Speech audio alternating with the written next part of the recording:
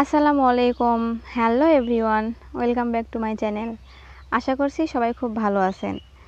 আজকে খুব কম উপকরণ দিয়ে নুডলসের একটা পারফেক্ট রেসিপি শেয়ার করছি। খুব অল্প পরিমাণে উপকরণ হলেও এর স্বাদ কিন্তু একদম পারফেক্টভাবে আসবে, খুব মজাদার খেতে। তো চলুন শুরু করা যাক। প্রথমে আমি নিয়ে নিয়েছি মিস্টারের একটা নুডলসের প্যাকেট। এটা ম্যাজিক মশলার একটা প্যাকেট ছিল। আর নিয়ে নিয়েছি একটা ব্রয়লারের ডিম, একটা টমেটো এবং দুটো কাঁচামরিচ।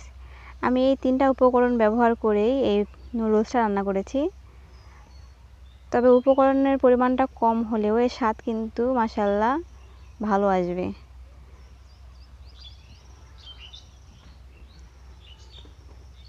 প্রথমে চুলায় আমি একটা হাঁড়ি বসিয়ে দিয়েছি। এবার দিয়ে দিচ্ছি পানি। আমি এখানে 2 গ্লাস পানি ব্যবহার করেছি। এবার এই পানিটা গরম হওয়া পর্যন্ত অপেক্ষা করব।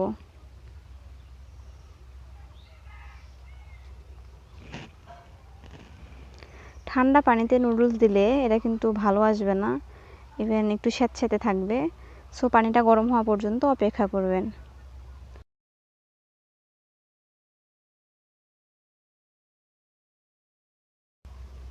পানিটা গরম হয়ে গেলে নুডলসের প্যাকেট থেকে নুডলসগুলো বের করে আমি এখানে দিয়ে দিচ্ছি। আমি এটা মাঝখান দিয়ে ভেঙে 2 টুকরো করে দিয়েছি। আপনারা চাইলে 4 টুকরোও করতে পারেন। আমি একটু বড় সাইজ রাখবো, এজন্য মাঝখান দিয়ে ভেঙে 2 টুকরো করে দিয়েছি। এবার একটু নেড়ে চেড়ে রেখে দিচ্ছি। আমি এটা 70% পর্যন্ত সেদ্ধ করে নিব। পুরোপুরি সেদ্ধ করলে নুডলস ভাজার সময় একবারে ভেঙে যাবে, আর এটা খেতেও খুব একটা স্বাদ লাগবে না।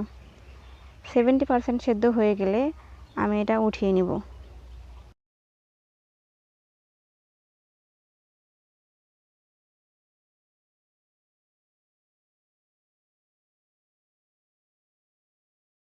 এই পর্যায়ে আমার নুডলসগুলো সেদ্ধ হয়ে গেছে। আমি এটা ছেঁকে নিচ্ছি। এখন পরিষ্কার পানি দিয়ে এই নুডলসগুলো ধুয়ে নিব।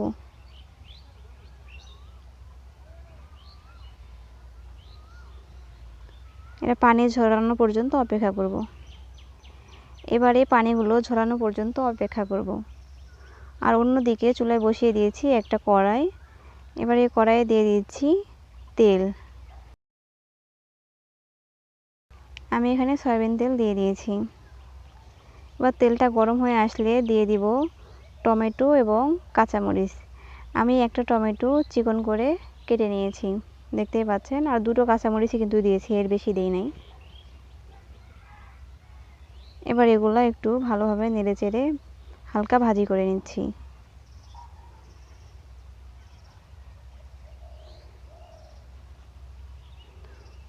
এখন এখানে দিয়ে দিলাম স্বাদমতো লবণ এবং দিয়ে দিব সামান্য পরিমাণে জিরে গুঁড়ো।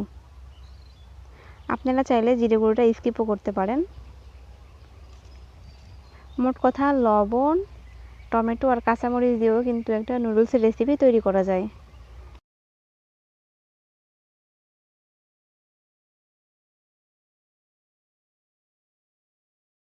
এ পর্যায়ে টমেটোটা হালকা ভাজি হয়ে আসলে আমি এখানে দিয়ে দিব ডিম।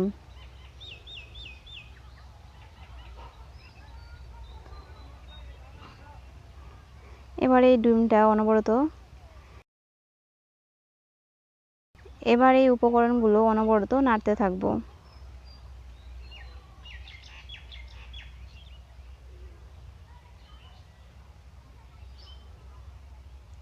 যখন ডিমটা পুরোপুরি ভাজি হয়ে যাবে তখন আমি এখানে দিয়ে দিব নুডলস।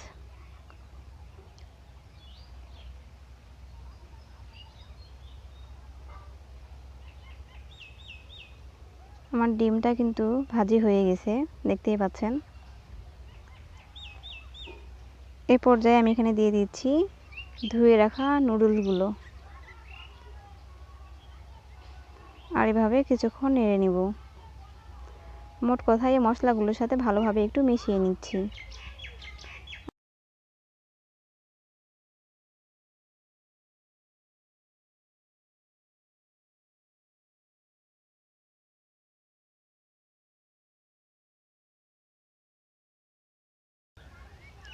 এ পর্যায়ে পানিগুলো শুকিয়ে গেছে আর আমি এখানে দিয়ে দিচ্ছি নুডলসে যে মশলাটা ছিল সেই মশলা। প্রত্যেকটা নুডলসের সাথেই কিন্তু মশলা থাকে, তো ওই প্যাকের সাথে মশলাটা দিলেই ওকে হয়ে যাবে, আর কোনো সমস্যা নেই।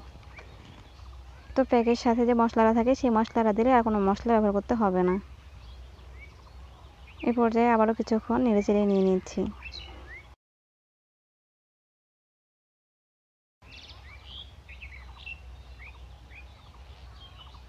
আমার কিন্তু নুডলস রান্না করা কমপ্লিট হয়ে গেছে, দেখতেই পাচ্ছেন। আমি এবার এগুলো বেড়ে দেখাচ্ছি। আমি এই রেসিপিটা তৈরি করেছি খুবই অল্প কিছু উপকরণ দিয়ে। আপনারা পুরো ভিডিওটা দেখছেন সেহেতু বুঝতেও পারতেছেন। তো আপনারা চাইলে যে কেউ এভাবে নুডলস রান্না করে খেতে পারবেন। এটা কিন্তু টেস্ট মাশাআল্লাহ পারফেক্ট আসে। তো আজকের ভিডিওটা এই পর্যন্তই। সবাই ভালো থাকবেন, সুস্থ থাকবেন। আল্লাহ হাফেজ। আসসালামু আলাইকুম।